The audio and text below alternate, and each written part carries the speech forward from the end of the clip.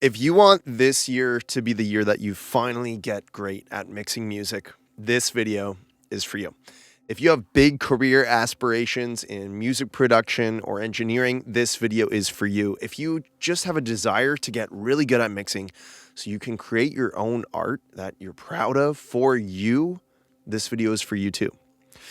Or if you don't want to get to the end of your working life and realize you never took a chance on the music career you wanted, and you're going to regret that, this video is for you. So I'm looking down because I have written a complete guide to becoming a pro mix engineer this year and what that looks like and what that could take for you. And I've made a ton of notes. So part of this video is going to be me looking down at these notes just to make sure I can deliver this message to you the way that I think it needs to hit home. This video is not going to be quick edits for dopamine hits. This is a real guide, carefully thought out, and an actual path forward for you to get insanely better at mixing music and even turn it into a career if that's what you want to do. So friend, stay until the end, invest this time in yourself, take notes, pour a coffee, okay? Get a coffee, put this thing on full screen, avoid distractions. Let's dial in together right now, because if this is your dream, if this is your goal, this is your future. This is something really serious. And so this is the best type of video that you can invest your time in, because I'm genuinely here to help you. This is not the next cool mix trick or mix tip. This is a video you actually need, at least from my experience now, going from a place where I had no music career to now doing this full time. This video is to help you stop spinning your wheels in the dirt and actually get really good sounding music. And if we're talking about music that lands on Spotify editorial playlists next to big artists, the quality holds up. If that's where you want your music to be, making the music of your dreams, I want to help you in this video. And I'm not asking you to humor me with that. I'm talking about making that real for you, okay? Real pro mixes and even a real professional mixing career, if that's the direction you want to take this. So I've been pretty sick this week, as you can hear, so I apologize for kind of the high quality, compressed, congested voice, but I didn't think that this message could wait. And my hope is that you'll realize my authenticity here, and I'm not showing up for me. I don't need to hear this myself. I'm showing up for you, okay? So let's start by just defining what becoming a pro mixer means, because the word pro is really thrown out all over the internet. And so the idea is that your mixes are at a point where they're worth money. So I'm not saying you need to be making money doing this. The goal of this video is to help you define a path forward to get your mixes to the point where they're worth money, okay? So whether you want to offer this as a service and turn it into a career, or just have mixes that are worthy of, being a real service, that someone would want to buy a mix like that. That's where I want you to get your skill level to, okay? And so to most, this just means becoming a really good mix engineer. So this video is going to be about 75% talking mixing, talking your skill set and getting you to that pro level, and about 25% about turning that into a career if you want. So first, let's start with this. There was a kid who played in cover bands. Growing up through high school, loved music, obsessed with music, played guitar, loved rocking out, played in cover bands. And when it came time to choose kind of that path, that, you going to university type of path at the end of high school, that kid got scared. That kid ignored his dream. That kid decided to go to university and study something completely different. And that kid was lucky, because about 3/4 into that first year, they snapped out of it and realized, what am I doing?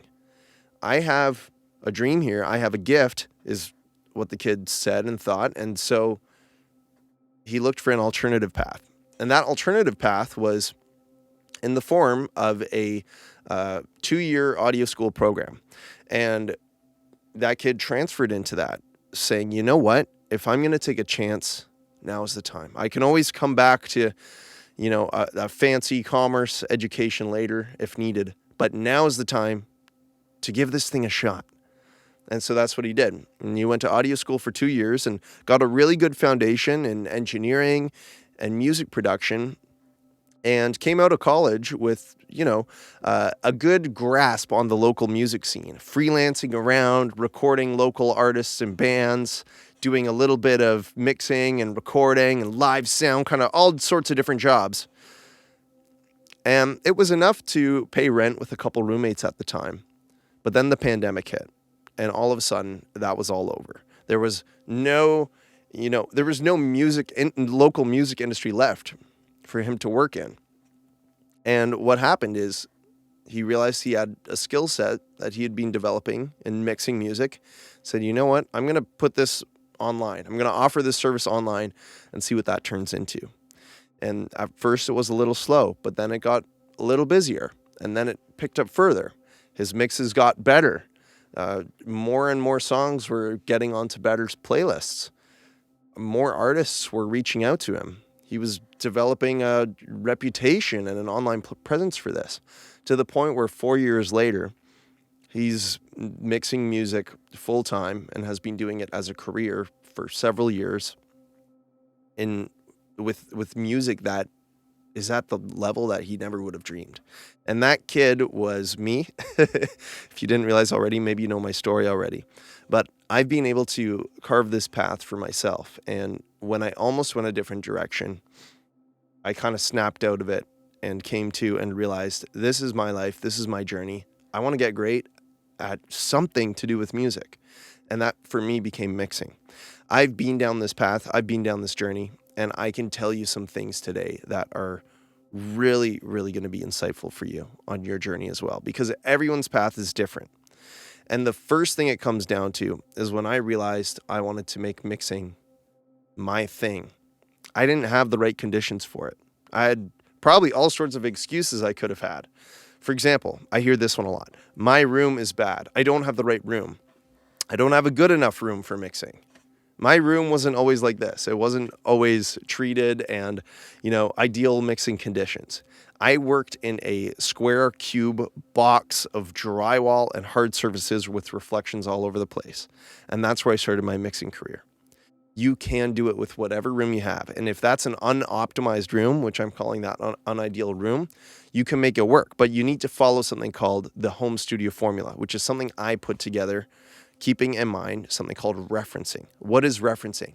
You're going to need to create this is actually something I got from Greg Wells. I saw Greg Wells, who's like one of the greatest mix engineers of all time. As far as I'm concerned, I'm a big fan. I saw him speak, and he told me, and I guess the whole group, wish it was me one-on-one, but he told the whole group of us that were seeing him speak to make a mix reference playlist. And what you'll do, so you'll go on Spotify or wherever you listen to music and add the greatest sounding mixes of all time for you, ones that are up to your taste and the ones that sound great to you, add them to a playlist and call it Mix References Playlist. And what you'll need to do is if you're working in an unoptimized room, you're going to need to reference more so than in an optimized room, because what you're going to be hearing is going to be very biased by your room. You're going to need to carefully check back and forth with some great sounding mix references consistently to make sure that your song sounds good in comparison. You're going to need to reference. But the next best thing you can do to get past an unoptimized room is to treat your room. Okay. And so what is acoustic treatment? Well, I have a full video on this channel of teaching you how to build acoustic treatment and how to hang it around your room. And it's actually not that hard to do. And this is just a matter of getting some acoustic treatment, building a little frame for it, and reducing the echoes and reflections in your room. And as soon as you do this, referencing is, it's still important, but it's going to become a little less important because what you're hearing is going to be more accurate. Okay. So that's the second part of the formula is treat your room. Unoptimized room, reference a lot. Next, treat your room if you can. If you can, you're going to still need to reference, but it's not going to be as important. And third, if you can calibrate your room, meaning something like SonarWorks Sound ID reference, running a calibration curve through your room and applying that to your monitors so you're hearing accurately, you can make this work at whatever level. If you have a treated and calibrated room, you're not going to need to reference as much as you will with an unoptimized room. But the whole point of this part of this video is saying, if you don't have an ideal conditions to mix under, do not use that as an excuse. I guarantee you have some type of place you can listen to music, even if it's here on YouTube, where you can make a mix references playlist and go out and listen to your mixes in your not so great space against those and make adjustments as needed. That's what I had to do for literally a few years, because I wasn't even able to hang acoustic treatment on my walls. I was renting a basement at the time, and just the way it was with the landlord, I couldn't hang acoustic treatment. I did that. I make that work. I actually worked out of that room and was getting paid to mix already. And I did it because I checked on all sorts of different headphones. I listened to reference tracks. I brought the mix out to my car. You can make it work with whatever your circumstances are, okay? So that's one excuse I have. And even with modern technology now, like Sound ID Reference or even the Slate VSX headphones, right? Where you can listen to your mix in all sorts of different studios all around, you can listen to your mix in a virtual environment. Like, it's not even a thing anymore. So I don't want to hear that excuse. And I also don't want to hear the excuse, I don't have the gear for it. Here's the thing, friend. I want to tell you a quote, and it's not the gear that matters. It's the person behind the gear who matters most. And so the point of this video is to help you become that person.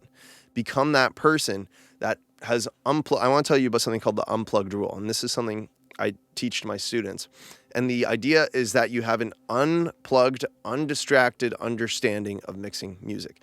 And this just means releasing yourself from the endless fancy tools that are coming out every day. Like, if you're here on YouTube, you're probably seeing videos and thumbnails constantly of just the latest new plugin and the latest this and the latest that. And it's been going on for years, and it's going to be more and more and more, and it's still coming. And these are great tools coming out, but none of them matter as much as you developing your ear and becoming the person that can get behind stock plugins and make a killer mix because you know what you're doing.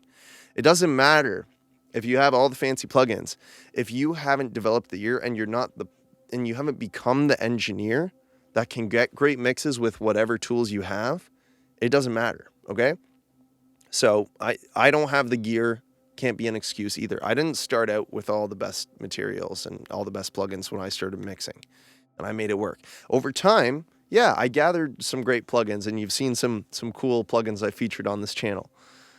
But it's not like that one plugin is what made the difference, you know? You add tools to your arsenal over time, naturally, because that's part of the art. But you have to become the person first that can open up an EQ, a stock EQ, and hear frequencies and know what to do with them. If you hear a problem, you can go in and fix it. You don't need the fanciest analyzer EQ to do that. You can just develop an ear, hear problems, and adjust it in the mix. You got to become that person. And I have a full video that I just released. It's the video right before this about developing a mixer ear. And you can do that. And I literally will show you how in that video. So you can go check that out if you want after this video too, to start developing that ear.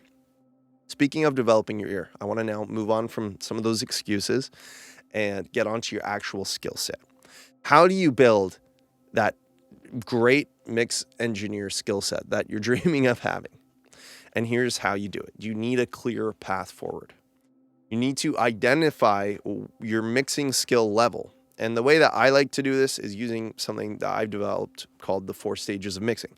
This is something that I teach to my students, and it's these 4 stages where you can finally just put yourself on this path and identify where you are at it, and then you can know what it's going to take to get to where you want to go. If you don't know where you are in the 4 stages, you're just kind of blindly stumbling through trying to get your skill set better. But if you can just stick with me here, invest this time in yourself and listen to these 4 stages I'm going to share with you, you're going to be able to just find out where you are on that path, and then you can start working through the stages forward, okay? So you're not going to, there are 4 stages, you're not really going to be able to start charging a serious rate and, making a ton of money from this until you're probably in the last 2 stages, if a mixing career is what you're talking about. But this is also about just your mixing skills. So let's start with the first stage. It's called the spark stage. And this is where you're starting to get some basic mixing skills, okay? You're getting you have a beginner's understanding of engineering, and you know a little bit about the frequency spectrum. You know there's 20 to 20,000 hertz, and you have a grasp of those frequencies, and you can do simple EQ moves, and maybe you're trying out some compression as well in your mixing, but you're not really confident with it. You're not really sure what you're doing, but you're pretty confident with volume and panning tracks out. You can do stuff like that. You can get a good volume balance going. You can pan things out, but you're kind of just at a beginner level getting to know the rest of mixing, but you're excited about it. This is the spark stage. It's a great place to be. There's nothing wrong with it.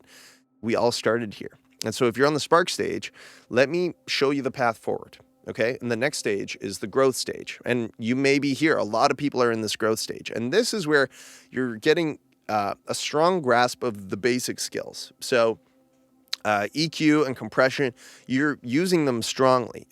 Effects like reverb, delay, you're getting more confident putting those on a mix. And you can easily find and fix problem frequencies. Not super easily, but it might take you a minute, but you can figure out where to go when you hear a problem. You can get an EQ and you can dive in, figure out kind of where that issue is, and you can fix it. Now, your mixes at this level are going to kind of have an enhanced sonic quality. They're going to be sounding better than someone who just doesn't know what they're doing and just kind of plugs into an interface and just records some stuff, They're going to be sounding better than that. They're going to be sounding a little more polished, but they're not quite pro yet. They're not going to be able to go on a Spotify playlist next to modern mainstream hits and hold up alongside them. They're not quite there yet. So at this stage, you might have mixed a few songs and you might be doing some mixing for friends, for fun, but you haven't turned this into something where you're really confident offering this as a service to artists. And that's okay too, because the next stage is where you're headed. And that stage is what I call the alchemy stage. And this is where you're getting a stronger use of mixing skills. Intermediate skills you've gotten down, like the basics all set, but you've gotten intermediate skills down. For example, you're starting to use more advanced techniques. You're starting to use a little bit of saturation in your mixes. You're using some more advanced EQ, right? You're doing some more advanced EQ moves. Maybe you're using dynamic EQ. You're introducing things like multiband compression into your mix. You're doing some a little more advanced creative effects and stuff like that. And when it comes to like the frequency spectrum, you can easily go in, find problems, and manipulate frequencies. So with this skill set handled, you're now able to be more creative. You have higher creativity in your mixing. You're able to make artistic choices. It's not just kind of robotic, like boost this here and, follow the steps. You're able to kind of take an artistic approach to it. You're becoming an artist. This is kind of where the whole alchemy stage is really encompassed. It's an expressive mixing. And you're able to start to channel an emotional impact through the mix. You might also begin offering services here. You're confident saying, hey, I think what I do is worth charging money for. I'm putting myself out there. This can all happen in the alchemy stage. And so at this point, you've probably mixed anywhere from 50 to maybe 200 songs.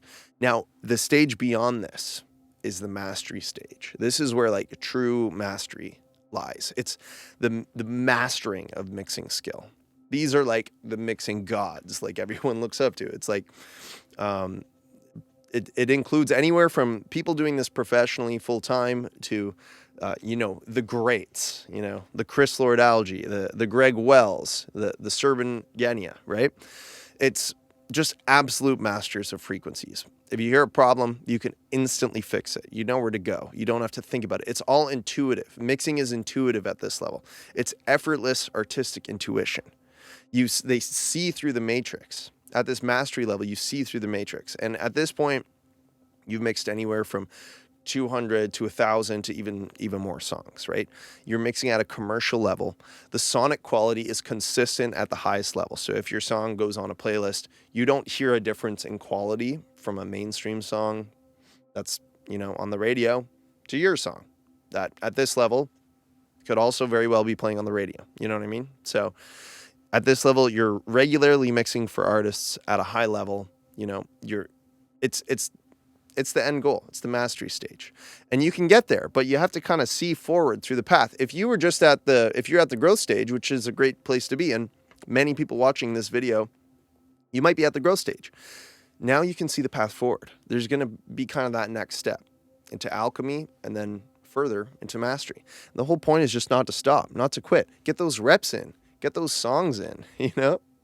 So you might be saying, okay, this is great, cool, stages, awesome. How do I actually get better? What is like the theory here? How do I move forward through those stages?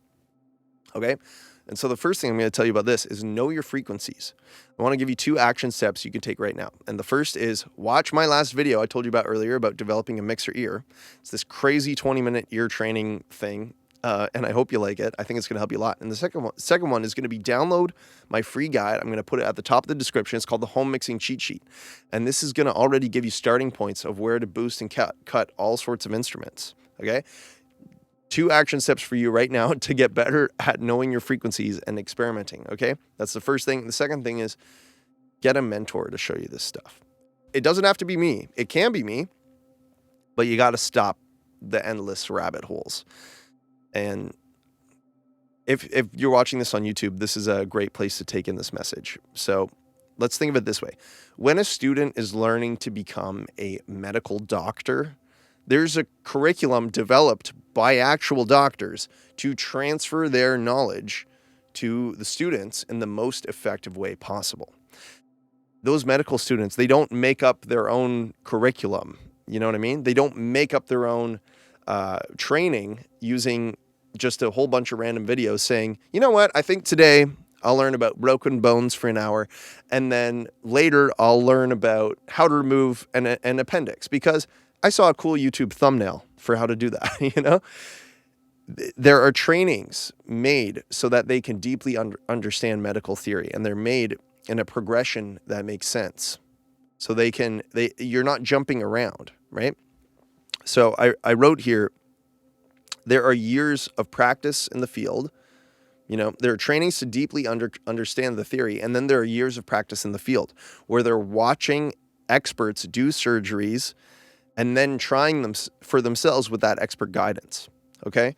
So the good news is here, like with the medical, becoming a doctor, it can take a decade or more. The good news is for you into mixing and music production, I've seen incredible results from my students getting better as mixers, and it doesn't take a decade of medical training. But when you learn from someone who's been on that path and you stop making your own YouTube curriculum out of rabbit holes, that's going to help take you where you want to go. So this video is already a great point because I'm trying to show the path for you forward. Okay. And so when you go on those YouTube rabbit holes, you're basically in something called the circle of ignorance. And I wrote down what it is here. And it's when you walk 1,000 miles in a circle instead of 1,000 miles across the country. Okay. It's like the circle of death.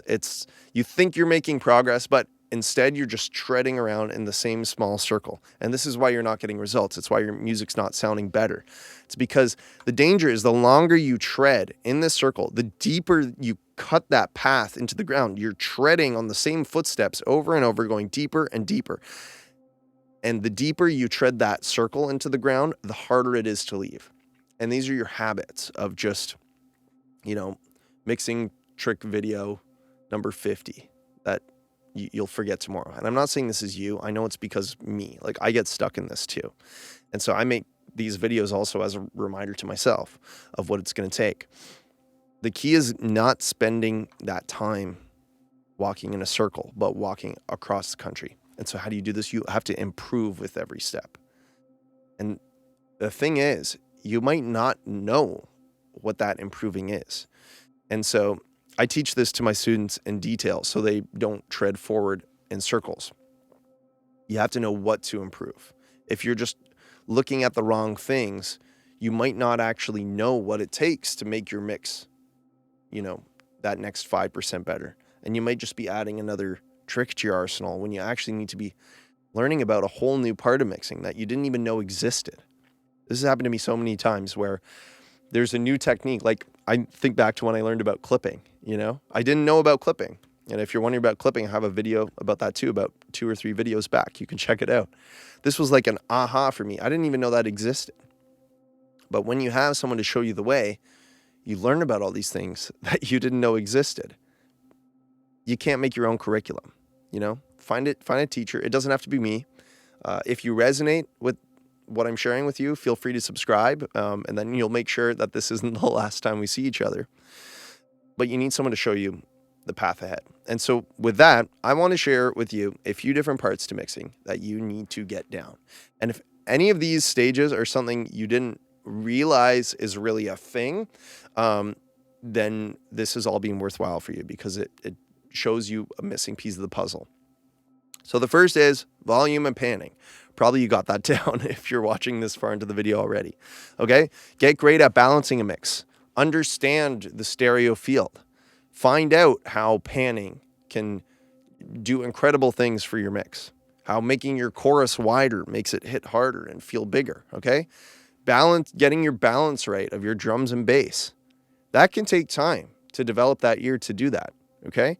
So spend time getting really good at balancing elements. Okay? You got that down? Great. Awesome. Let's move on. EQ and compression. Okay? We talked about this earlier. Understanding the frequency spectrum. Getting really good at hearing problem frequencies. Finding them. Fixing them.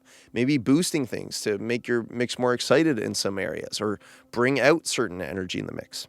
Compression. Using compression wisely. Using it effectively. Not underusing it, but not overusing it. Attack, release, threshold, like get to know these things, ratio, and then beyond that, different styles of compressors. You know, there's the theory of the attack, release, threshold, all the stuff you need to know. But there's all sorts of different styles of compressors. There's the Fairchild sound, there's the distressor sound, there's the 1176, like the LA28. We could go on, right? But all of these will react differently. The attacks and releases, they all react differently. And these are what made them so famous, is because they all have a sound. Start studying and learning which compressors are good for what. Why does a Blue Stripe 1176 sound so good on a bass guitar? It's because it has a little bit of extra aggression and grit to it, right? So getting to know those things. And a lot of this just comes down to playing around with them and getting to know them. You know, study them, research them, okay? Next up is effects. Reverb, delay, width, right?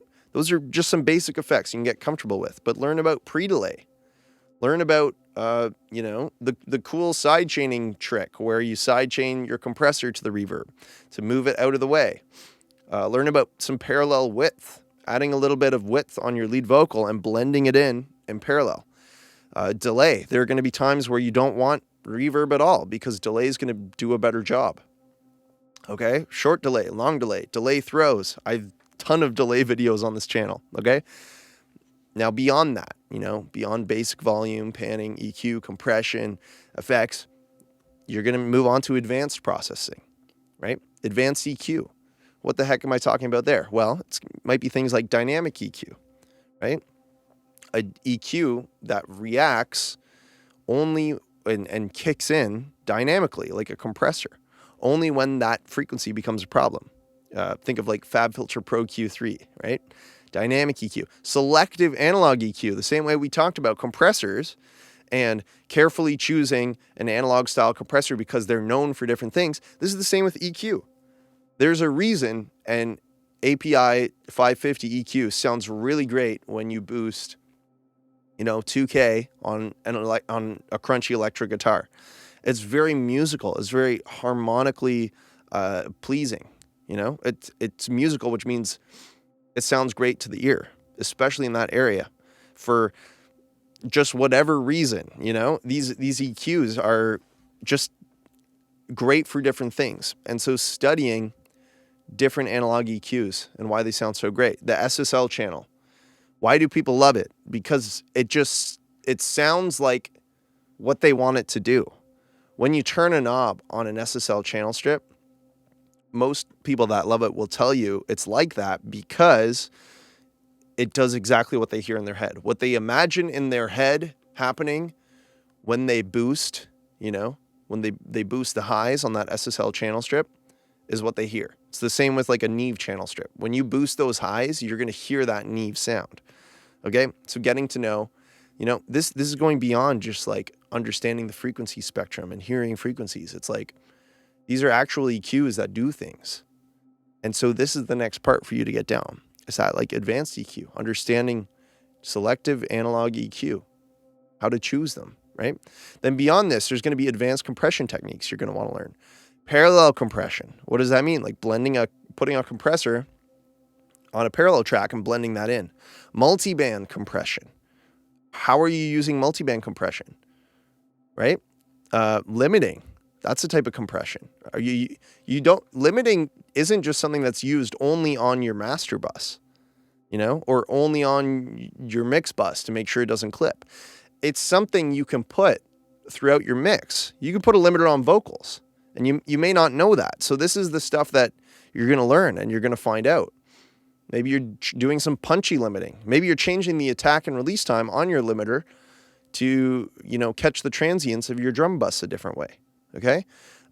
Side chaining with compression, right? This is advanced compression here.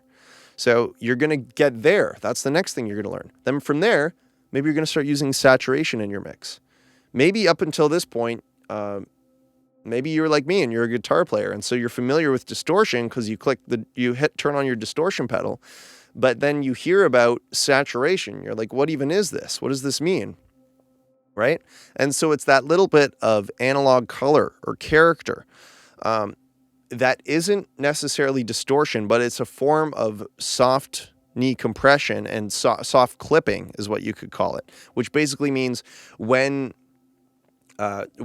traditional analog pieces of gear, these traditional consoles or outboard units of gear, when you would push them to their limits, or even tape for an even better example, when you push them loud and push them to their limits, they would naturally add some color when they're pushed to their edge. And this would be in the form of soft clipping. That adds a sound. And they all add different types of sound. So it's going to add excitement. Sometimes you can inflate your whole mix by adding a ton of soft clipping to it. This is that saturation angle. Maybe you're going to want to saturate your vocals to just help them pop. Like saturation helps things pop. You're going to need to learn saturation, learn what it does to your mix, and be able to start using it effectively, right? Maybe you're clipping your drum bus. Maybe you're adding saturation to your vocals. Maybe you are adding some analog saturation to your master, right? It's another stage that most people early in their mixing journey don't even know really exists, right? Okay, so let's keep moving forward. Automation and automation techniques. Automation is a super cool thing, and it goes beyond just volume automation. You can automate plugin parameters. You can automate effects, right? You can creatively automate panning so that your doubled acoustic guitars left and right are panned in a little bit for the verses, and then when the chorus hits, you automate them to pan out fully left, fully right. There are ways you can use automation that you may have never even dreamed of, and it's incredible what you can do for your songs. Just incredible. You can even use automation on your mix bus in between your last. You have your last limiter, or this is mastering chain actually. You have your last limiter. You put a trim plugin on, and you can automate down that volume trim plugin just like 0.5 dB in the verses, and then add one limiter after to bring in 0.5 dB of gain again. And you're literally using automation on your master to make your choruses louder. There are automation tricks all through mixing, okay? And it's beyond volume. It's more advanced stuff. If you want to learn that, subscribe, stick around to the channel, because we're going to go, I mean, I've already gone over a lot of it, but we'll be going over even more, okay? These are the things that you might not have realized yet. And maybe you have, and that's awesome. And that's great, But next up is going to be creative effects. Ear candy. There are things mix engineers can do. For example, I mix all genres of music from pop, country, metal, rap, like rock, everything, soundtrack, right? But I've made some videos on rap vocal effects, which are like creative mixing effects that you can do to maybe lead into a line. There are creative, cool ear candy tricks that you can do in all genres of music, reversing a piano. Just stuff like this that you pick up and that mix engineers can add into their mixes to just make them that little extra bit more exciting, right? And then eventually, beyond all of this that you understand and you're learning now, eventually becomes a point where you might even get into mastering music.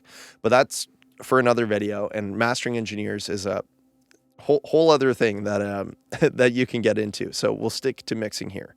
All right. If you're overwhelmed by any of this, all those things I listed off, I hope you're taking notes. But either way, if you're feeling overwhelmed at all by any of this, I want you to listen to this. Improving 33 things. This is something I heard and thought it was just so awesome. I wrote it down. Improving 33 things about your appearance feels impossible because there's a mental block that happens, and so you don't even try. And then when you're asked to only change one thing, you're relieved, okay? There's no mental block. You don't even think about it. You even have fun doing it because when you change one thing about yourself at a time, you know, it's this exercise. They did it in some workshop somewhere about human behavior. And so if you ask someone all at once, okay, your appearance as is now, change 33 things right now. And so an example of that is like you have one shoelace untied, you roll up one sleeve, you know, you switch your hat from backwards to front, like little things to change your appearance, right? If you ask them to do all 33 at once, it feels impossible. But if you ask them to just change one thing, there's no mental block. It's easy. It's like roll down a sleeve, right? And so the whole idea here is that anything can be achieved if you take one step at a time, right? So if you're trying to go through that whole list of techniques that we just talked about to get better at mixing, don't go through it all at once. Write them down and just check off the first one, you know? Spend a week getting really good. Spend a month getting really good at one of those categories and learning more about it than you ever knew it even existed. Just one thing at a time. You don't need to change it all at once, right? Just one thing at a time, friend. This is going to get you there. This is how I did it. I didn't learn everything at once. It took lots of time and lots of practice. And especially, let's put the theory aside now. Okay? You need to practice. Tutorials like this or courses, they're incredible, but they're one part of the puzzle. And the other is to get results. You have to practice to get better, okay? And the number one way that I say you can do this right now, I'm trying to pour everything I can into this video to just help you along this path. And the number one trick I can tell you right now is just, friend, open your DAW. You got to practice. And the hardest part with that is we as human beings, especially as creatives, lots of us suffer and struggle with procrastination. And if motivation is a struggle area for you, just you would prefer to watch videos than to just open your DAW. It's not how motivation works. I want to tell you how it works from my experience and how I've been able to consistently keep doing this. Even on the, you know, we're excited, we're passionate about music, but there are days when I don't feel like opening the DAW, you know? Sometimes I want to do something else. I pick up my guitar, I get distracted.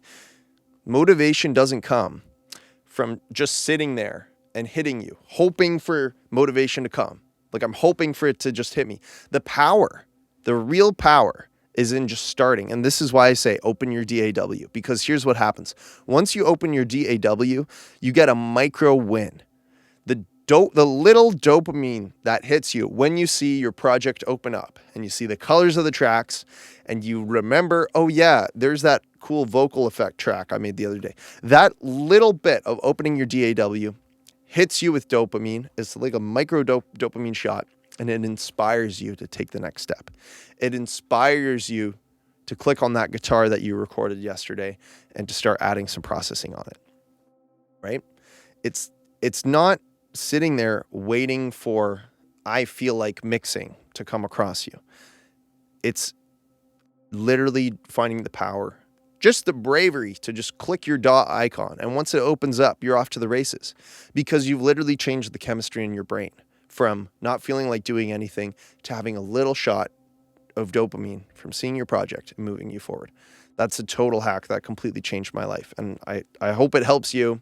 You know, if this is a dream, if this is a goal of yours, you know, You hope motivation isn't an issue. But the truth is, in this creative field, and especially in the modern day where we're being bombarded with all sorts of different confusing paths of where to go and what to do, we can get distracted easily, even from our dreams. And that's sad, but it doesn't have to be. Open your DAW. That's all you need. It'll get you rolling, okay? And that plus the mindset of just like, I will persist until I succeed. Doesn't matter if you're a young person getting into this for the first time, you're excited, you have your whole career ahead of you, or if you are later in life and you love music and you do it as a hobby and you're someone that is always learning and always improving just because that's who you are. If you've made it this far in the video, you're one of those people for sure. And either way, it doesn't matter where you are or what your aspirations are. If mixing, music production, if doing this in any capacity, whether it's to fulfill the artistic side of you in your life, or if it's because you want to make this a career, just having that mentality of I will persist until I succeed is everything. It's the only reason I've gotten to where I am at this point in time. And I'm so grateful to be here. And with that, I want to talk about career a little bit, okay? So let's fast forward and assume that at this point, you've put in the work, right? And you've gotten really good at mixing, you've mastered those skills. You're happy with how you're progressing. And if so, please subscribe to the channel. We can keep you moving forward one step at a time. But maybe you don't just want to be great on your own. I'm reading my notes again. I wrote this down. You want to serve others with your skill, with your ears and with your mixes. You want to help artists with their music, so those songs are sonically ready to go out to millions of listeners. You want to impact a lot of other people too. Not just your own music, but many others. You want to help them. Well, then it's time, friend, to offer it as a service. Okay? A service. I didn't say surface. No one knows you exist until you put yourself out there. You can't offer a service without putting up a storefront. Okay? So if right now I'm offering you a service of sharing mixing advice for you, this is free, this is on YouTube, you wouldn't know I exist if I didn't just put myself out there and post this video. We can't expect our music careers to act in the same way. We can't just think our friends who know we're into music will come to us and just ask us, hey, do you mix? If so, could you mix this? It's not how it works. You have to put yourself out there. And this is what I learned the hard way when the pandemic hit hard, and all of my, I told you I was recording local bands and just doing some live sound and having some local artists come into my basement that I already knew. And, it was kind of a little tiny music industry economy pond, right? But all that shut down. I had to put up a storefront online. I had to go out there and I had to say, hey, I do this thing. And if you need someone that does this thing, I'm your guy, okay? And the question you might be asking yourself is, okay, that's great. I'm with you, but how do I do this? How do I put myself out there? And what I want to teach you next in this part of the video is the wagon wheel. And it's something that works for me, okay? So picture the center of a wheel. And a wagon wheel has spokes, right? It has spokes like this going to the edge of the wheel. And they all lead to the center, which is you and your service. And picture each of those spokes as a different way of bringing in what we'll call leads, which just means people looking for mixing that are considering you to do the service for them. Okay, so one of those spokes is going to be maybe running advertisements. Another spoke is going to be sharing what you do on social media, maybe TikTok, for example. Another one is going to be, for me, making YouTube videos. When I make these videos, I bring in leads to grow into a bigger audience that I can help. And this is through subscribers to the channel or by downloading my free guide, for example. This is all bringing people to me, and you need a way of bringing people to you. So maybe it's posting on social media and TikTok and YouTube. Maybe it's using a freelance site. I was a top-rated Fiverr Pro for a long time, just using a freelancing site. That was kind of one of the places where I cut my teeth in this whole journey of getting better at mixing, was using Fiverr, and eventually that turning into becoming now a Fiverr Pro, right? this is another spoke of the wheel. It's not, my whole business doesn't run off of it, but it's one of the spokes and one of the things bringing potential, artists to work with to the center of that wheel. Another one is email, reaching out to contacts you have on email, spreading word of mouth, sharing with your local circle. You should use that. I'm not saying don't do that. When I said my business took the digital route, share with that circle around you. It should be one of your spokes, one of the spokes on your wheel that you do this. Just those personal connections in your life, your musician friends, right? Let them know that this is something you do. Okay. Another one is build a website. Just have a simple one-page website. I'm actually gonna talk about that on a minute. But the whole idea of this is building this wheel takes time. But once you do it, you have a strong business, because if one of the spokes on the wheel goes out, if one of the spokes breaks for whatever reason, TikTok disappears, it gets banned.